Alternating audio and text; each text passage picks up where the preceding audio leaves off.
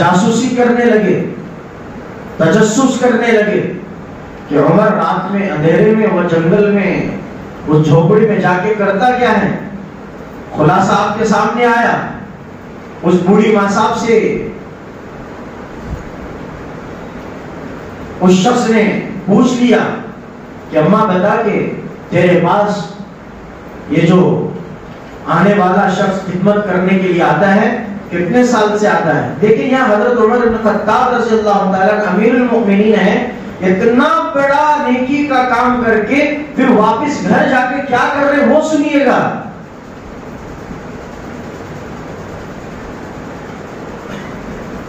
تو اس بوڑھی ماں صاحب نے فرمایا کہ وہ میرا بیٹا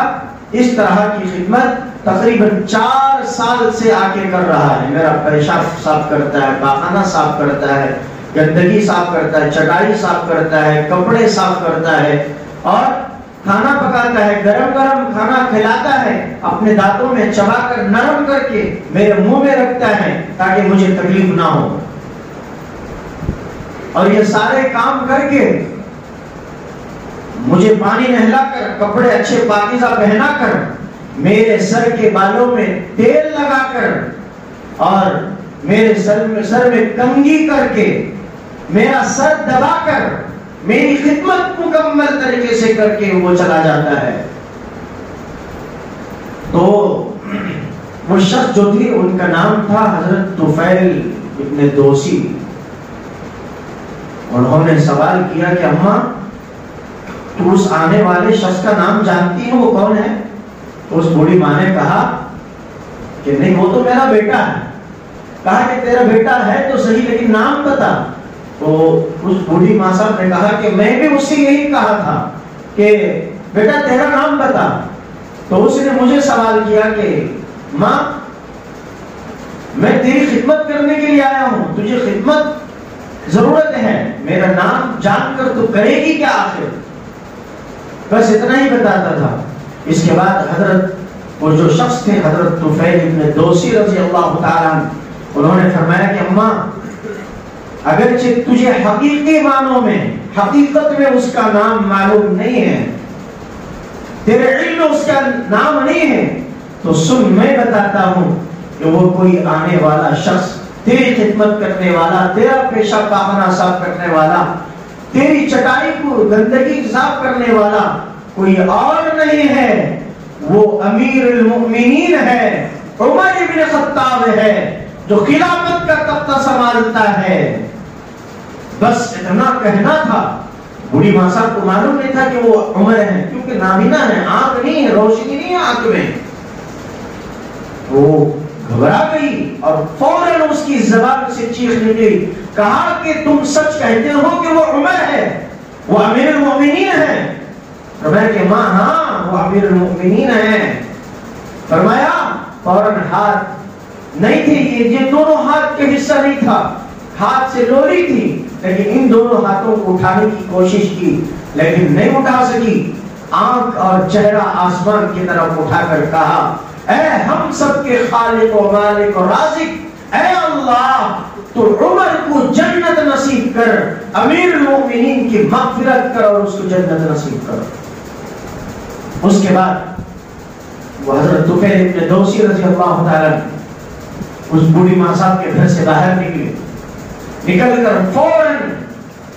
حضرت عمر بن خطاب رضی اللہ تعالیٰ کی گھر کی طرف چلے۔ تو اتنے میں حضرت عمر بن خطاب رضی اللہ تعالیٰ اپنے گھر کے اندر داخل ہو کے وضو بنا کر مصلی لے کے آئے۔ لے کے آنے کے بعد صحن کا جو حصہ رہتا ہے جس کو ہماری لینگویج میں آنگن کہتے ہیں، گھر کا آنگن، صحن کے اندر آئے، اندر گرمی تھی، باہر صحن میں آئے، ٹھنڈی ہوا چل رہی تھی، ٹھنڈ میں اور ٹھنڈے پانی سے وضو بنایا، مصلی بچھا کر تہجد کی نیت باندھ کر کھڑے ہو گئے۔ اور جیسے ہی تہجد کی نماز ختم ہوئی اتنے میں حضرت طفیل ابن دوسی رضی اللہ تعالیٰ وہاں پر پہنچ گئے۔ وہاں پر پہنچ گئے، پہنچنے کے بعد پیچھے حضرت عمر بن خطاب رضی اللہ تعالیٰ کی پیٹھ کے پیچھے بیٹھ گئے، چھپ کر بیٹھے، آواز بھی نہیں کیے اور پتہ بھی نہیں چلا کہ کون بیٹھا ہے پیچھے۔ حضرت عمر بن خطاب تہجد کی نماز ختم، السلام علیکم ورحمۃ اللہ، السلام علیکم ورحمۃ اللہ، اس کے بعد جو ذکر کرنا تھا ذکر کرنے کے بعد ہاتھ اٹھایا، ہاتھ اٹھا کر اللہ سے دعائیں مانگنے لگے، رو رو کر مانگنے لگے، گڑ گڑا کر مانگنے لگے، اور اتنا روئے، اتنا رو کر دعا کرنے لگے، جوش آ گیا اور غم ستانے لگا، جہنم کی پناہ مانگنے لگے۔ اتنے میں حضرت عمر بن خطاب رضی اللہ تعالیٰ کی زبان سے ایک جملہ نکلا، ایک جملہ نکلا، ہاتھ اٹھائے ہوئے تھے، آنکھوں میں آنسو تھے، دل کے اندر سے گرجنے کی آواز، یعنی غم و فکر میں رو رہے ہیں، اتنا شدت کے ساتھ رو رہے ہیں، آواز آئی، زبان سے بے ساختہ نکلا، ربنا اصرف عنا عذاب جہنم ان عذابها كان غراما۔ یہ لفظ، یہ الفاظ حضرت عمر بن خطاب کے منہ سے نکلے، کیا؟ ربنا اصرف عنا عذاب جہنم، اے اللہ میں تجھ سے تیرے جہنم سے پناہ مانگتا ہوں، تو مجھے جہنم کی آگ سے بچا لے، ان عذابها كان غراما، بے شک تیرا عذاب بڑا سخت ہے، بڑا مضبوط چمٹنے والا ہے تیرا عذاب، تو اے اللہ عذاب سے تیرے مجھے حفاظت کر، تو مجھے جہنم میں جانے سے حفاظت کر، مجھے جہنم میں ڈال اور مجھے جنت میں داخلہ نصیب کر۔ ربنا اصرف عنا عذاب جہنم، اے اللہ ہم تجھ سے تیرے عذاب کی پناہ چاہتے ہیں، تو ہمیں تیرے عذاب سے حفاظت فرما، پناہ دے دے۔ بس یہ جملہ جیسے حضرت عمر بن خطاب کی زبان سے نکلا نا، پیچھے جو حضرت طفیل ابن دوسی یہ پورا ماجرہ دیکھ کر آئے تھے، انہوں نے بے ساختہ کہا کہ اے باری تعالی، راتوں میں، اندھیری رات میں، تنہائی میں کسی کو خبر بھی نہ چلے، چل کر اپاہج، لولی، اندھی اور بہری، پیروں سے بھی مشغول ایسی عورت کے پاس جا کر اس کا پیشاب صاف کرے، اس کا پاخانہ صاف کرے، اس کے جسم کی گندگی کو صاف کرے، اس کے کپڑوں کی گندگی کو صاف کرے، اس کو نہلائے، پانی نہلا کر اس کی بدن کے کپڑے صاف کر کے پاکیزہ کپڑے پہنائے، اور اس کے پیٹ کا، بھوک کا انتظام کر کے چولہے پر گرم کھانا پکا کر دانتوں میں چبا کر اس کو کھلائے، سر میں تیل لگائے، کنگھی چلائے اور اس کا سر دبا کر اتنی ساری خدمت کرنے والا عمر امیر المومنین بھی اگرچہ جہنم میں جا رہا ہے اور جہنم کی پناہ مانگ رہا ہے، تو اے اللہ بتا کہ پھر جنت میں جائے گا کون؟ جنت میں جائے گا کون؟ اتنی ساری خدمت کر کے، خلق کی خدمت کر کے، قوم کی خدمت کر کے، پھر یہ یہاں پہ آ کے رات میں مصلی بچھا کر تہجد ادا کر کے اس طرح کی دعا مانگ رہا کہ اللہ میں جہنم کے عذاب سے پناہ چاہتا ہوں۔ اگرچہ عمر جیسا امیر المؤمنین، قوم کی خدمت کرنے والا، اتنا بڑا سردار رہ کر اور بہت بڑی جو ہے شان و شوکت کی جو ہے اس کو شیٹ ملی، پھر بھی یہ اس کی عاجزی ہے، تو پھر اے اللہ بتا کہ جنت میں جائے گا کون؟ یہ آواز پیچھے سے آئی نا، تو حضرت عمر رضی اللہ تعالیٰ گھبرا گئے، ڈر گئے۔ ڈر مطلب کہ کون آ کر بیٹھا ہے نہیں، ہمارے جیسا ڈر نہیں۔ ہم رات کے اندھیرے میں کہیں جاتے ہیں، پیچھے سے اگرچہ بلی بھی پکار لیے تو پھر ہمارا نعرہ ڈھیلا ہو جاتا ہے، ڈر ہو نہیں۔ حضرت عمر بن خطاب نے گھبرا گئے، ڈر گئے، اور پیچھے اس طرف پلٹ کر دیکھا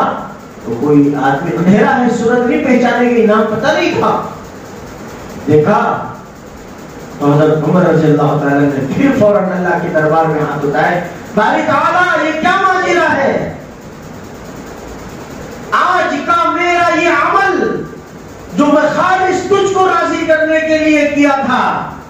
تاکہ تو مجھ سے راضی ہو جائے، اور میں ریاکاری اور نام و نمود کے لیے نہیں کیا تھا، شان و شوکت کے لیے نہیں کیا تھا، لیکن اے اللہ یہ کیا ہے کہ میرا آج کا یہ عمل کسی کو خبر بھی چل گیا ہے میری اس عمل کی، کسی کے علم میں آ بھی گیا ہے کہ میں یہ عمل کر کے آیا ہوں، اور پھر ڈر کر اللہ کے سامنے مانگنے لگی کہ اے اللہ آج کے میرے اس عمل کو جو تیرے ایک بندے نے جان لیا، نہ جانے کہ کتنے لوگ میرے اس عمل کو دیکھے ہیں، لیکن اے اللہ میری نیت صاف ہے، میری نیت میں کھٹور نہیں ہے، میں دل کی نیت صاف رکھ کے کیا ہوں۔ اے اللہ مجھے آج کے اس عمل کو تو ریاکاری نام و نمود میں شامل کر کے مجھے جو ہے عذاب کا مستحق نہ بنا، بلکہ میرے اس عمل کو تو قبول فرما۔ کیا عمل کیے تھے بھائی؟ چھوٹا عمل تھا کیا وہ؟ 4 سال سے لگاتار ہمارے لیڈر ہمارے پاس آگے ایسی خدمت کرتے ہیں، ارے بولو ہم جس کو ہمارا حق تھا، ہمارا فرض تھا، ڈال کر بٹن دبا کر ہم نے بٹھایا اونچی سیٹ پر، وہ کبھی آ کر ہمارے گھر میں ہمارے پسینے کو پوچھنے کے لیے تیار ہوں گے کہ بھئی آپ کو یہ پسینہ کیوں آ رہا ہے؟ ہم رہتے ہوئے آپ نے ہم کو بٹھایا ہے اونچی سیٹ پہ، ہم ہے نا آپ کی خدمت کرنے کے لیے، آپ کے پسینے کو پوچھنے کے لیے، بتاؤ کہ تمہاری کیا مجبوری ہے، کیا پریشانی ہے؟ کوئی آئیں گے تو بھی کیسے آئیں گے؟ بولو کیسے آئیں گے؟ 6 کیمرے پیچھے رہیں گے، وہ اتنا کہیں گے اور حیرت اتنا ہوں گے، ہم نے فلاں کیا، یہ کیا، وہ کیا، ایسا کیا، ویسا کیا۔ ارے تم نے سب کچھ بھی کر کے کچھ بھی نہیں کیا، سب کچھ کر کے بھی کچھ بھی نہیں کیا، یہاں دیکھ کے سب کچھ کر کے بھی اللہ سے کہنے کہ اللہ میں نے ابھی کچھ بھی نہیں کیا، ابھی مجھے قوم کی خدمت کی توفیق نصیب کر، اور میرے اس عمل کو تو راضی کر لے، تو راضی ہوا تو بس۔